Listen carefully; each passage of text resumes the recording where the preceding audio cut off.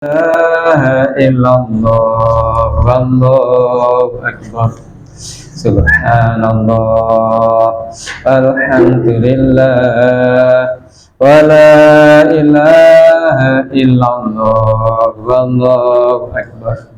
Bismillahirrahmanirrahim. Assalamualaikum warahmatullahi wabarakatuh. Alhamdulillah ala kulli ni'matillah. Assalatu wassalamu ala rasulillah Sayyidina Muhammad ibn Abdillah. La hawla wa la quwwata illa billah. Amma ba'd.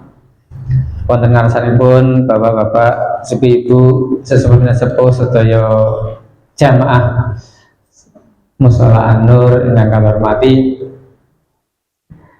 Syukur alhamdulillah dari menika kula panjenengan sami tansah pinaringan iman, panjenengan Islam tetap sehat, selamat, sakit buka majelis ilmu sesarengan dados taman swarga. Alhamdulillah. Salawat salam boten nate sepen kita aturaken dumateng junjungan kita Nabi Muhammad sallallahu alaihi wasallam, keluarga sahabat-sahabatipun. Nggih, dalu niki kula buka Bidayatul Hidayah ingkang dipun susun dening Al-Alim Al-Alamah Hujjatul Islam Abu Hamid Muhammad bin Muhammad Al-Ghazali. Terus bapak hamine kembar-kembar ngoten. Kita atin Fatihah dumateng mu'alif kitab, nyusun kitab. Ya Allah, paring keberkahan semrambah dumateng kita sedaya. Al-Hadaniyah Rasulullah Al-Fatihah. A'udzubillahi minasyaitonir rajim.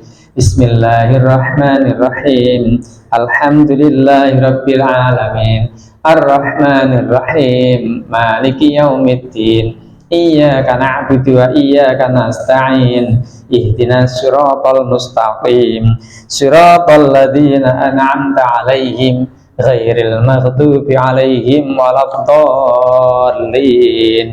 Rabbi ighfirli wa li amin. Monggo kita selingi sekedhik selawat badar ingkang kita sampun sami apal nek sanesipun dereng kata sing apal selawat badar kata sing apal. Sareng-sareng nggih selawat badar sing apal. Salatullah salamullah ala taha rasulillah. Salatullah salamullah ala yasin habibillah.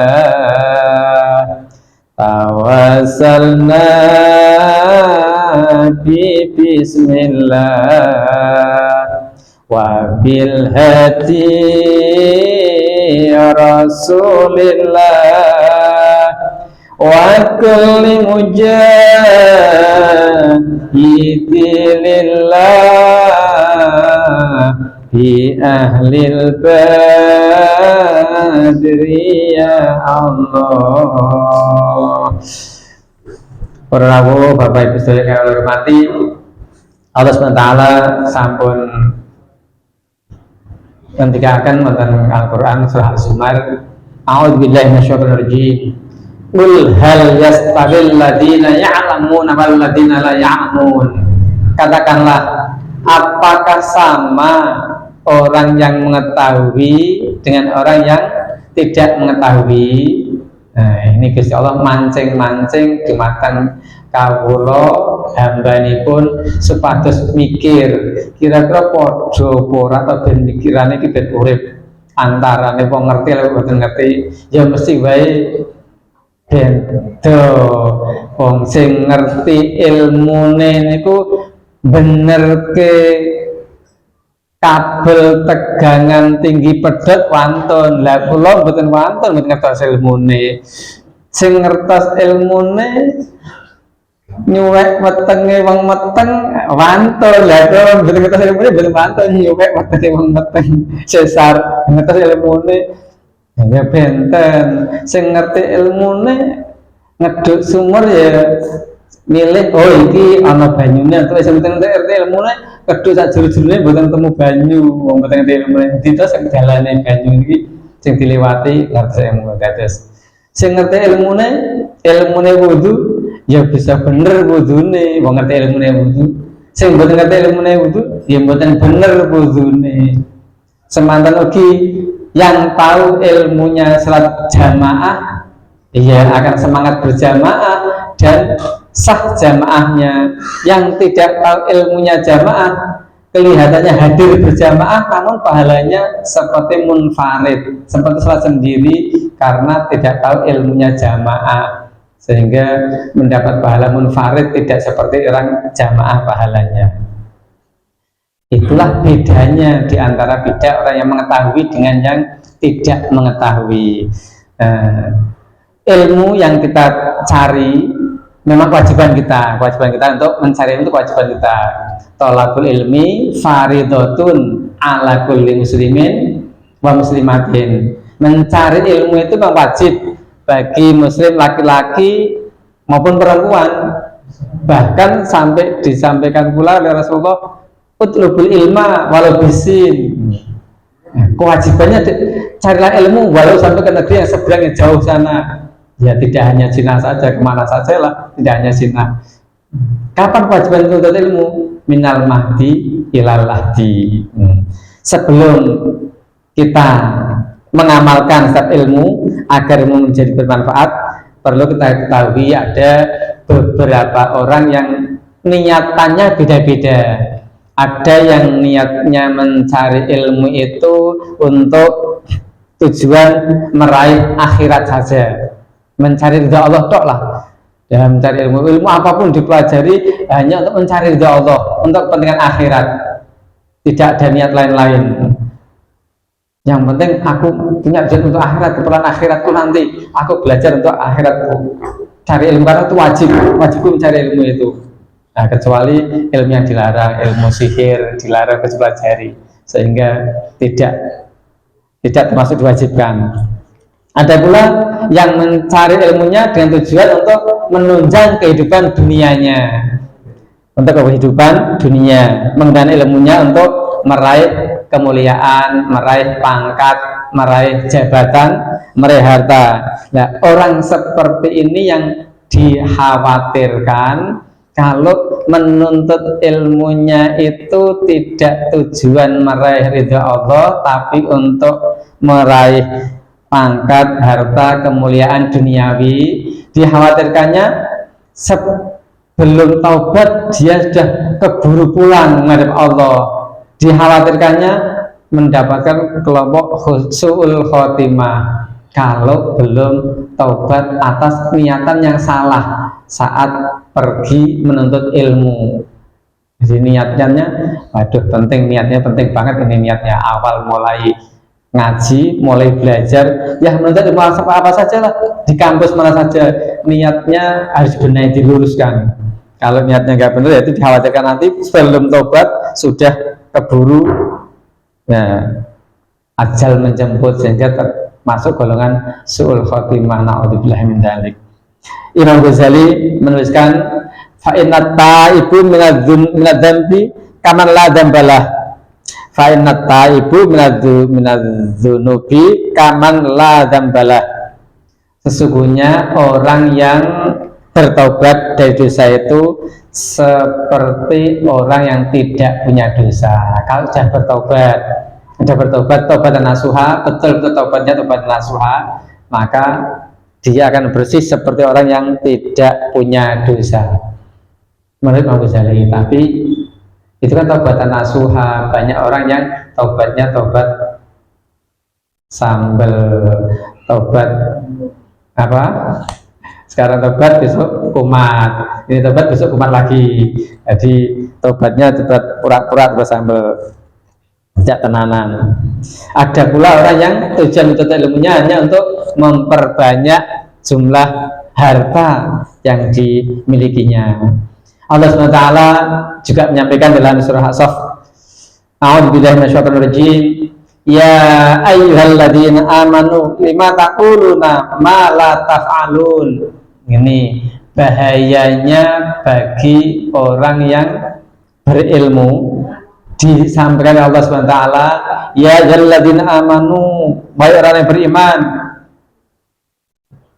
kenapa kamu mengatakan sesuatu yang tidak kamu kerjakan? Lima taquluna ma la taf'alun, kau sampaikan perkara yang kamu sendiri tidak melakukannya. Ngajari orang-orang kon wudu, ngajari orang-orang disuruh puasa, suruh zakat, suruh sedekah, tapi dia sendiri nggak mau melakukannya, padahal mampu nggak mau melakukan. Nah, ini dikhawatirkan kalau sampai punya ilmu untuk berdakwah, menyampaikan, ngajak kebaikan, terus dia sendiri tidak melakukannya. Orang yang alim semacam ini sangat mengkhawatirkan, berbahaya. Harusnya orang alim itu jadi tuntunan, panutan, jadi contoh, teladan. Ternyata dia hanya bisa menyampaikan, mengajarkan, ngomong tok, jargoni. Kenapa bahasa lain jargoni? Kenapa? Gedang wah pakel. Kenapa bahasa lain ini? Hanya bisa menyampaikan tapi tidak bisa mengamalkannya. Ini termasuk perkara yang dikhawatirkan oleh Rasulullah SAW. Dalam sebuah hadis disampaikan Anas, dari Anas, qala Rasulullah SAW. Anas yang dimaksud di sini adalah Anas yang mengikuti Rasulullah dari umur 9 tahun sampai remaja, lama ikut Rasulullah SAW. Marartu layata Isra bi ala qaumi nuqradu shifahuhum bima qarido min nar, qultu ma antum kana na'mur bil khair na'muru bil khair wala natihi wa tanha 'anil syarri wa natihi. Rasulullah SAW menyampaikan, yang diriwayatkan oleh Anas bin Malik ini, bahwa Rasulullah ketika melakukan perjalanan Isra, diisrokan oleh Allah SWT, Rasulullah melihat kaum yang dipotong-potong lidah mereka dipotong dengan gunting panas dari neraka. Kemudian karena Rasul bercerita begitu, Anas bertanya, Rasul yang bertanya, insya Allah, karena Rasul melihat seperti itu, melihat orang yang dipotong-potong lidahnya pakai gunting panas neraka, Rasul bertanya, siapa itu ya Jibril? Siapa kamu yang dipotong? Kamu, saya tahu kamu yang dipotong lidah itu siapa kamu? Kaum itu menjawab, aku adalah orang yang suka menyuruh orang lain berbuat kebaikan, tapi kami sendiri tidak melakukannya. Ya Allah, na'udzubillah dari ya Allah. Medeni gitu. Dan kalau ngajak dengan berbuat baik, kalau betul lakoni yang medeni lagi kepotong-potong lidahnya. Rasulullah melihat kaum seperti itu di neraka, orang dipotong-potong lidahnya, ternyata ditanya, siapa kamu? Aku orang yang nyuruh orang berbuat kebaikan, tapi kami sendiri tidak melakukannya. Dan kami suka melarang orang lain berbuat kejahatan, tapi kami nggak mengerjakan. Kami mengerjakan malah. Banyak contoh di negeri kita, di sekeliling kita, melarang orang melakukan kejahatan, justru kejahatannya diambil alih oleh dia sendiri. Melarang orang melakukan kejahatan itu, tapi dia sendiri menggunakannya, dirampas terus pakai dibunuh dewi. Allah, ini kalau panjenengan ingat waktu membaca itu cerita apa namanya, konferensi iblis internasional itu, dan jadi ingat ketika ada konferensi iblis tingkat internasional itu untuk melakukan strateginya, ada salah satu iblis yang usul pada ketua, ketua sidang, kami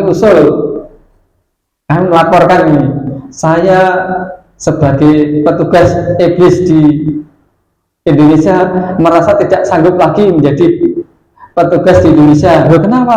Kok nggak sanggup lagi tugas di sini? Karena Di sini banyak orang Islamnya, ya malah enak toh, justru banyak bisa sesatkan loh. Enggak gitu, mereka banyak sudah mengambil alih tugas saya.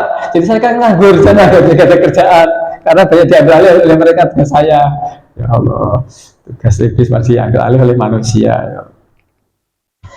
Maka Rasulullah SAW hadis yang lain Rasulullah SAW menyampaikan an Abdillah bin Hurairah baroni Abu Tamim al-Jashani qala akhbaroni Abu Dharin qala kuntu amshi ma'a Rasulillah sallallahu alaihi wasallam faqala la ghairud dajjal akhwafuni ala ummati qala salasan qala qultu ya Rasulullah ma hadzal ladzi ghairud dajjal akhwafuka ala ummatik qala innama akhafu ala ummatil a'immatal mudillin. Dari Abdullah bin Hubairah memberi kabar padaku Abu Tamim al-Jaisani berkata, memberi kabar kepadaku Abu Dzar, yang mengabarkan padaku Abu Dzar. Ia berkata, aku berjalan bersama Rasulullah SAW. Beliau bersabda, sungguh selain Dajjal yang paling aku takuti, aku khawatirkan atas umatku. Beliau berkata sampai 3 kali.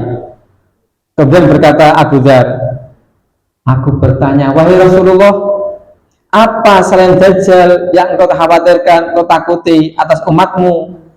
Rasulullah menjawab, sesungguhnya yang aku khawatirkan atas umatku, yang paling membahayakan adalah para imam, pemuka agama yang menyesatkan.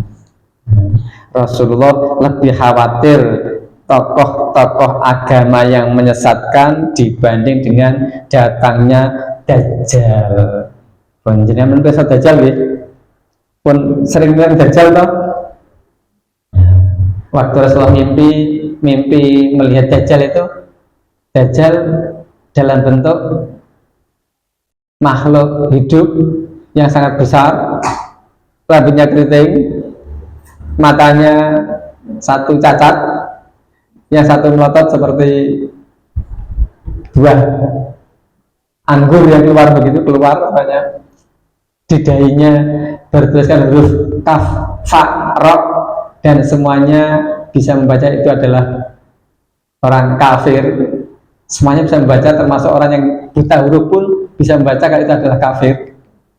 Dan Dajjal keluar di akhir zaman dengan menjelajahi seluruh dunia ini kecuali Mekah dan Madinah, menjelajah seluruh dunia untuk menyesatkan umat Islam khususnya, untuk mengajak kesesatan. Kalau berjalan di laut tidak tenggelam, berjalan terbang di udara pun dengan cepat, dia menguasai dunia ini dengan berjalan menawarkan surga di tangan kanannya, neraka di tangan kirinya. Tapi itu hanyalah ilusi bagi orang yang memandangnya. Sebenarnya tidak seperti itu. Siapa yang masuk ke surga Dajjal, dia akan masuk ke nerakanya Allah. Dan siapa yang berani, rela, ikhlas, ridho dengan takdir Allah sampai masuk ke nerakanya Dajjal, maka dia akan termasuk golongan ahli surganya Allah. Nah, kekuasaan Dajjal yang secara makna majas, substansinya yang tidak makna sebenarnya, adalah penguasa dunia ini, yang menguasai dunia ini, yang sangat berkuasa di dunia ini. Dan semuanya tahu yang paling berkuasa di dunia ini, sementara ini dunia dikuasai oleh orang-orang kafir, menjajah dunia ini dengan gampangnya lewat manapun bisa, lewat internet bisa tembus kemana-mana menjajahnya, yang menguasai dunia ini. makna secara majas atau substansi yang tidak sebenarnya Dajjal yang digambarkan Rasulullah dalam mimpi yang belum keluar itu. Ya, yang saya dikhawatirkan Rasulullah sekarang adalah bukannya Dajjal itu yang paling dikhawatirkan Rasulullah. Yang paling dikhawatirkan Rasulullah adalah ulama atau tokoh-tokoh pemuka agama, imam-imam agama yang menyesatkan. Karena di akhir zaman ini, sebagaimana disampaikan Imam Syafi'i, muncul dua kelompok ulama. Satu ulama yang benar-benar warasatul anbiya, pewaris para nabi, dan satu lagi adalah ulama ulama yang menyesatkan, yang seperti tadi hadis disampaikan di awal di depan tadi, dia hanya mengajak kebaikan tapi tidak memberikan teladan. Melakukan kebaikan itu dia melarang kejahatan, orang lain berbuat jahat namun dia sendiri melakukan kejahatan. Nah, tentang ulama yang atau aimah mudhillin ini juga disinyalir di Indonesia tidak sedikit yang muncul seperti itu. Jadi ya Allah, naudzubillah, kelihatannya tampilannya, casingnya ulama, casingnya tokoh agama, casingnya seorang alim, namun sebenarnya dalam hatinya membahayakan, menyesatkan, membahayakan. Jadi banyak terjadi seperti itu. Menurut Imam Ghazali, alasan kekhawatiran Rasulullah karena itu berjalan lebih lama dibandingkan dengan Dajjal yang asli, yang sejati, yang benar-benar sesuai dengan mimpi Rasulullah SAW. Man ilman yazdad hudan lam yazdad minallahi illa bu'dan. Disampaikan lagi dalam sabda yang lain, Rasulullah menyampaikan, siapa yang ilmunya bertambah tapi ia tidak bertambah dekat dengan Allah SWT, maka dia justru makin jauh pada Allah. Ulangi artinya, man ilman yazdad, siapa orang yang ilmunya bertambah, hudan lam yazdad, tidak menambah petunjuk, tidak tambah hidayahnya, petunjuknya tidak bertambah, ketakwaannya tidak bertambah pada Allah, illa bu'dan, maka dia akan lebih jauh, makin jauh pada Allah SWT. Tambah ilmu, tambah pinter, tapi kok tidak tambah takwa, tidak bertambah taatnya pada Allah, tidak bertambah hidayah, maka dia akan semakin jauh dan semakin jauh dari Allah Subhanahu wa Ta'ala. Ini yang berbahaya pula kalau ilmu tidak diamalkan untuk ketakwaan, untuk meningkatkan takwa kita kepada Allah Subhanahu wa Ta'ala. Pak, gimana toh kalau ilmu-ilmu umum untuk nambah takwa pada Allah Subhanahu wa Ta'ala? Ya, anggaplah, ketahuilah bahwa semua ilmu itu datanya dari Allah Subhanahu wa Ta'ala dan sudah digariskan dalam Al-Quran. Maka syukuri ilmu yang telah dipelajari itu diamalkan untuk mencerdaskan anak bangsa. Kemudian tanda syukurnya semakin dekat, banyak zikir, ingat pada Allah Subhanahu wa Ta'ala, ibadahnya bertambah baik pada Allah Subhanahu wa Ta'ala, tidak menggantungkan ibadah mahdhah atau ibadah yang maktubah atau yang hanya sholat fardu saja, namun juga menambah yang nafilah, yang sunnah-sunnah ditambahkan pula sebagai tanda syukur agar tambah dekat pada Allah Subhanahu wa Ta'ala. Saya ulang lagi yang tadi saya sampaikan, kalau kita ini sebenarnya disadari tidak disadari, kita ini sedang berjalan menuju ke, masih ingat Bapak-bapak masih ingat, kita ini sedang berjalan menuju ke alam kubur. Semakin hari tambah bulan, tambah tahun kan makin dekat alam kubur kita.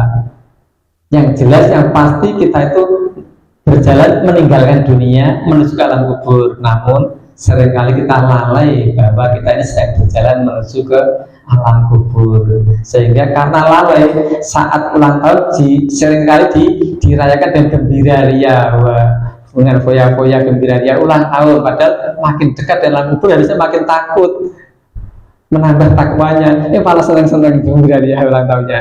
Syukurlah, bersyukur, tapi tidak dengan hura-hura, foya-foya, tidak bergembira ria, tapi syukur, berdoa, berzikir, mohon pada Allah agar umur berikutnya barokah, bermanfaat, menambah taat pada Allah Subhanahu wa taala, dan mampu istiqomah dalam ibadah, mampu meraih husnul khotimah. Doa saat ulang tahun itu jangan-jangan tiru Rasulullah. Saat ulang tahun itulah saat dijemput Israel. Rasulullah lahir 12 Rabiul Awal, wafat sedo undur ngisami 12 Rabiul Awal. Nah, kalau lahir 17 Agustus, jangan-jangan nanti meninggal 17 Agustus juga. Maka saat ulang tahun ya siap-siap, hati-hati, karena makin dekat dengan alam kubur kita. Sudahkah bekal kita siapkan untuk menuju kehidupan berikutnya di alam kubur? Nah, ini yang perlu diwaspadai.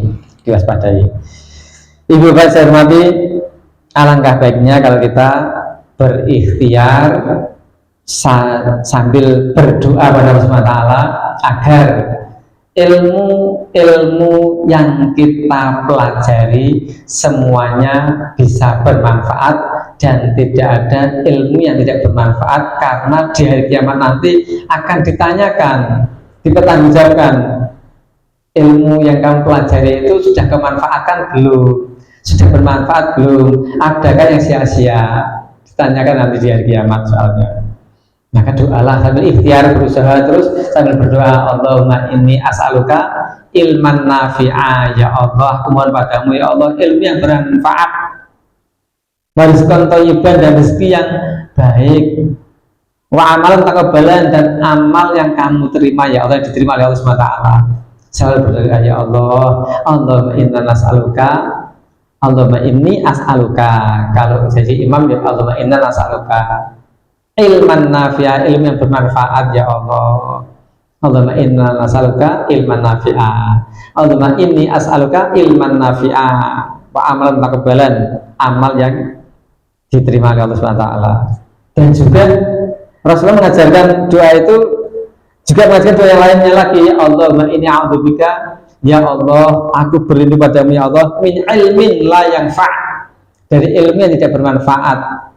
Allahumma inni a'udzubika min ilmin la yanfa', dari ilmu yang tidak bermanfaat. Kalau doa dipanjatkan terus, usaha ikhtiar dilakukan terus, insya Allah ilmu yang lama terpendam tidak bermanfaat akan muncul, dimanfaatkan orang, diambil, dibutuhkan. Ya, contoh yang bisa saya sampaikan ya, Sulam Taufik itu yang waktu dulu dibuka pertama sekitar tahun 1984, dibuka kembali di sini sudah tahun 2000 sekian, sudah 2000 berapa itu di sini Sulam Taufik itu, kira-kira 2015-14 di sini Sulam Taufik. Nah, dulu kan dipelajari dulu, pertama dibuka dulu kan dipelajarinya 1984. Begitu pula Tangkihul Kaul, dari hal yang dibuka di sini baru saja tahun 23 atau akhir 22 dibuka di sini. Dulu dipelajarinya sekitar tahun 1994 dipelajari pertama. Itu diantara salah satu upaya banyak doa dan ikhtiar agar Allahumma inni a'udzubika min ilmin la yanfa', ya Allah, aku berlindung padamu ya Allah dari ilmu yang tidak bermanfaat. Min ilmin la yanfa', wa a'udzubika, dan berlindung padamu ya Allah min du'ain la yusma', aku berlindung padamu ya Allah dari doa yang tidak didengar. Doa yang tidak didengar, apa enggak rugi, apa enggak repot, apa enggak susah? Doa kok enggak didengar oleh Allah SWT, enggak didengar, dibiarin, dicuekin, dikacangin, diabaikan, enggak didengar. Allahumma inna a'udzubika, ya Allah aku berlindung padamu ya Allah, min du'ain la yusma', dari doa yang tidak didengar, wa a'udzubika min amalin la yarfa', dan aku juga berlindung padamu ya Allah dari amal yang tidak diangkat pahalanya sampai ke langit, amal yang tidak sampai ke langit, sehingga amalnya sia-sia belaka di dunia ini. Maka perlu doa itu dipanjatkan terus ya, nek ingat ya baca salat baca, pas nggak ingat ya nggak baca, ingat baca lagi begitu. Allahumma inni a'udzubika, nanti kalau jangan bisa buka-buka sendiri, cari di referensinya, doa agar ilmunya bermanfaat, doa terhindar dari ilmu yang tidak bermanfaat. Allahumma inni, Allah tidak kemauan tidak ini lagi saat ini tidak. Allahumma inni a'udzubika min ilmin la yanfa'. Bilang sering malih. Allahumma inni a'udzubika min ilmin la yanfa' wa a'udzubika min du'ain la yusma' wa a'udzubika min amalin la yurfa' malih wa a'udzubika min qalbin la yakhsha, dan aku berlindung padamu ya Allah dari hati yang enggak pernah khusyuk. Ya Allah, aku berlindung kepadamu ya Allah dari ilmu yang tidak bermanfaat, dari hati yang enggak pernah khusyuk, dari doa yang enggak didengar, dari ilmu yang dari amal yang tidak diangkat, nggak sampai ke langit, dari nafsu yang tidak pernah merasa puas, kayak banding nuruti nafsu lagi lah, min nafsin la tasba', dari nafsu yang tidak pernah terpuaskan, baik ini nuruti hawa nafsu terus ya Allah. Belum sudah malih. Allahumma inni a'udzubika min ilmin la yanfa'. Ya Allah, aku berlindung kepadamu dari ilmu yang tidak bermanfaat. Wa min qalbin la yakhsha, la yakhsha, dan dari hati yang tidak pernah khusyuk. Wa min du'ain la yusma', dan dari doa yang tidak didengar. Wa min amalin la yurfa', dan dari amal yang tidak terangkat ke langit. Wa min nafsin la tashba', dan dari hawa nafsu yang tidak puas. Jadi selalu mohon perlindungan pada Allah Subhanahu wa taala, doa seperti itu. Nanti kalau sekiranya panjenengan sudah berhasil mencari, ya di screenshot, di print out, dibaca, terus tiap kali lama-lama hafal sendiri.